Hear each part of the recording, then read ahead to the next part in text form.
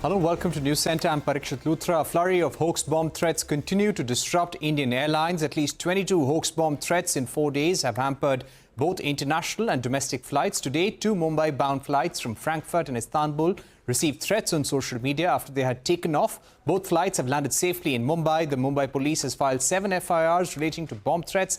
However, only a 17-year-old minor has been detained from Chhattisgarh for allegedly threatening 3 flights.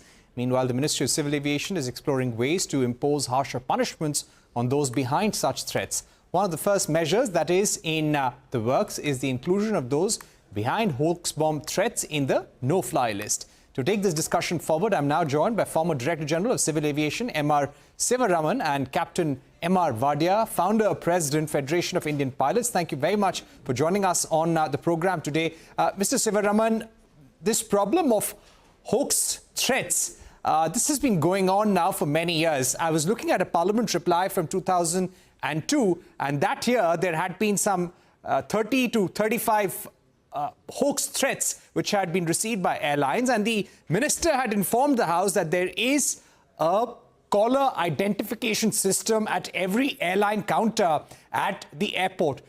Clearly, we would have moved much far ahead with regards to technology, but give us a sense of how such a call completely disrupts the ecosystem, the aviation security apparatus.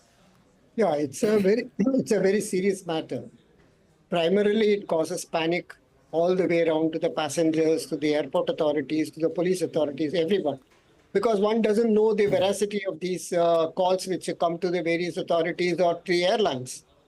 And what can the pilot do, or what can any of the airport authorities do in the context of receiving a call that there is a bomb in an aircraft which is heading towards Bombay? They cannot do anything but to make the aircraft land.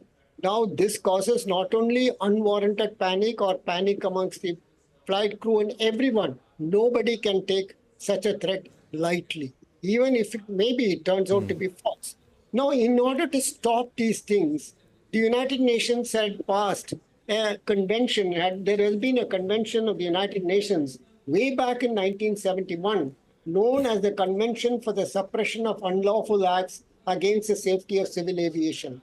Now, this very clearly gives an attempt to, for any communication, anybody communicates information which he knows to be false, thereby endangering the safety of an aircraft in flight. In accordance with this convention, the Government of India has already passed a law in 1982, the Suppression of Unlawful Acts Against the Safety of Civil Aviation in 1982. This act also defines such communication under Section 3D, and it shall be punished with imprisonment for life. There is no need for any further pause on this subject matter. Communication of a hoax threat is already there, which is false and which causes panic. Why should the Government of India reinvent a law which is already there? This is the problem with the government authorities, because they don't even look at the laws which are already in existence. The same thing happened once when DGCA, when the air traffic controllers went on strike and the aircraft in the skies were in danger of head-on collision, etc. Then I located a law whereby all the air traffic controllers who were on strike could be punished under the convention, in which we have already passed the law. But nobody looks at this law. We use that law, and all of them then stop and return to work. So there is no need for... I'm going to come back to you, Mr. Sivaraman.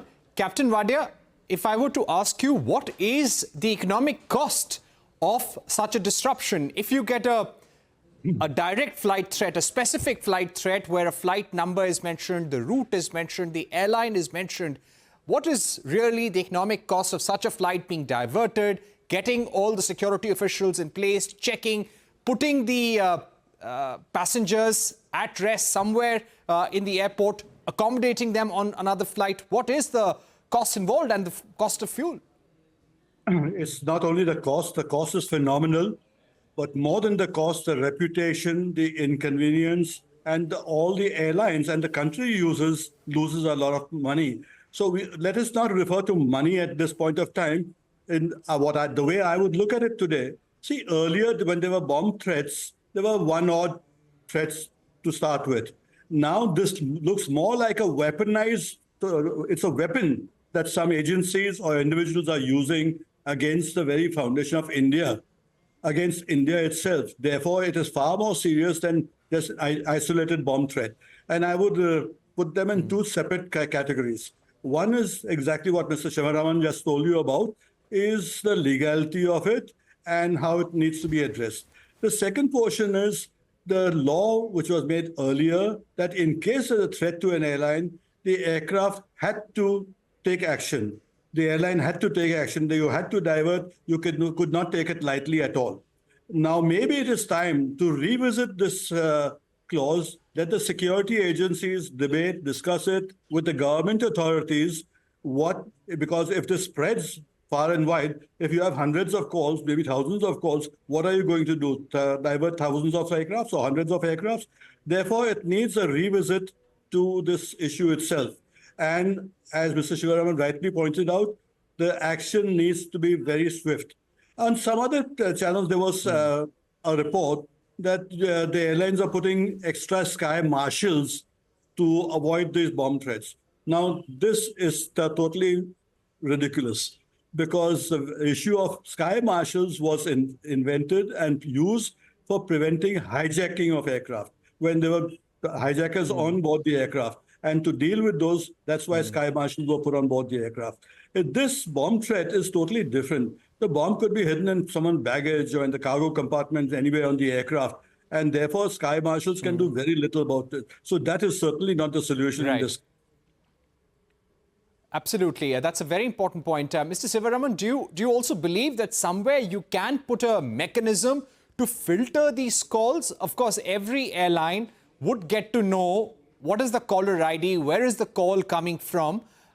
Like in 3 of the cases, there was a juvenile traced to Chhattisgarh by Mumbai police who was responsible, who was taking out an enmity against a particular friend, and it played out in a very ugly manner. And a lot of this is happening through social media. Is there any mechanism that can be placed where we filter such threats? Because the volumes will be very high. Earlier, you used to do it with a telephone, then with the mobile phone, and now it can happen a lot through a social media post.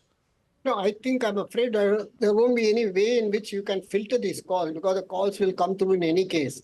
But whenever the calls are recorded, and they can be passed on to the Central Forensic Laboratory and other laboratories where voice spectrum analysis can be done very easily.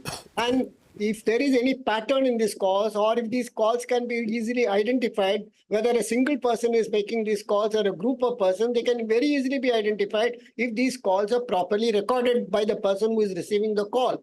Otherwise, I don't think there is any way by which you can filter the calls.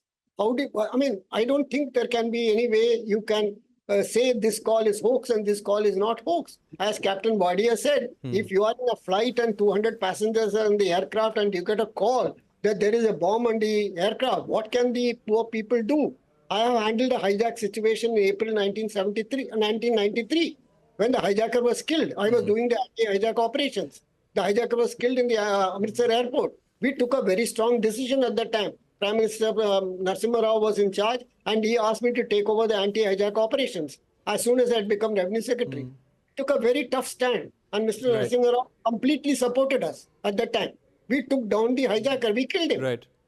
Now we have to take very strong action. Filtration can be done of all these calls and see whether there is a pattern. There are voice spectrum analysis filters available and you can see whether the same person is making a call. And do you also feel, Mr. Sivaraman, that looking at the fact that there are almost 21 flights which have been disrupted because of hoax calls, do you think there is a larger play to it? There could be someone trying to disrupt the agency or give India a bad name, as Captain Wadia is saying? Do you think that angle needs to be investigated? Because so far, only one caller has been identified who's responsible for hoax calls for 3 flights.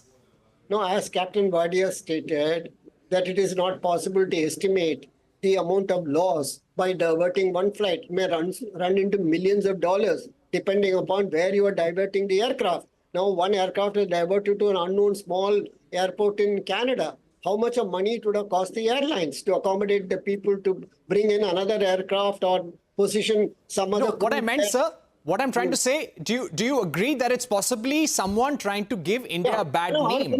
I am coming to that. Because of this, I'm reasonably certain it's a group which is acting at the instance of somebody else so that India suffers a major economic loss, disruptions in its economic activity, because the airlines provide the medium of transport to all business activities now. So you disrupt the airlines, you're disrupting the economic activities in India. And if you're disrupting airlines, you're going abroad, you're disrupting exports or export deals, etc. So therefore, there is clearly a Very design important pattern.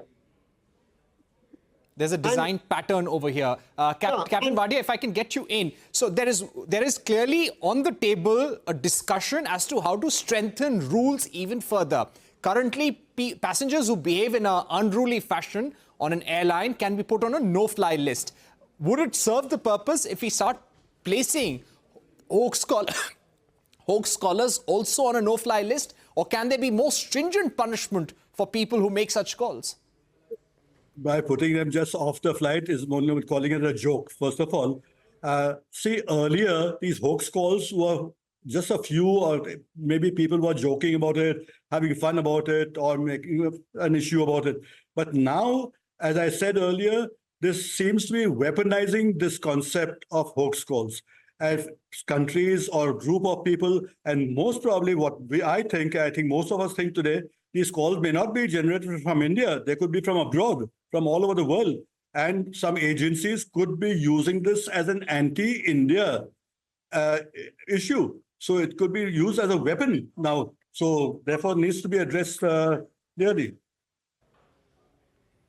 Right. Clearly, Mr. Wadia, thank you very much for joining us. And we'd like to thank Mr. Sivaraman as well. It's a worrying thought and something that we need to address on an urgent basis. Yes, Mr. Sivaraman. One point. Hoax scholars cannot simply be put on no-fly list. Hoax scholars can be punished with life imprisonment. That is what the law says. Communication information which knows to be false, thereby endangering the safety of an aircraft in flight. This is what is happening in the case of hoax calls. These people should be punished with serious imprisonment, not put on the no-fly list. It's ridiculous, as Captain Wadia stated. Absolutely. So you are saying that there is a law already available and we need to implement that. Thank you very much, Mr. Sivaraman and Mr. Wadia, for joining us. On that note, we take a break. But up next, India is looking to expedite talks with Australia over a free trade agreement. Details when we are back.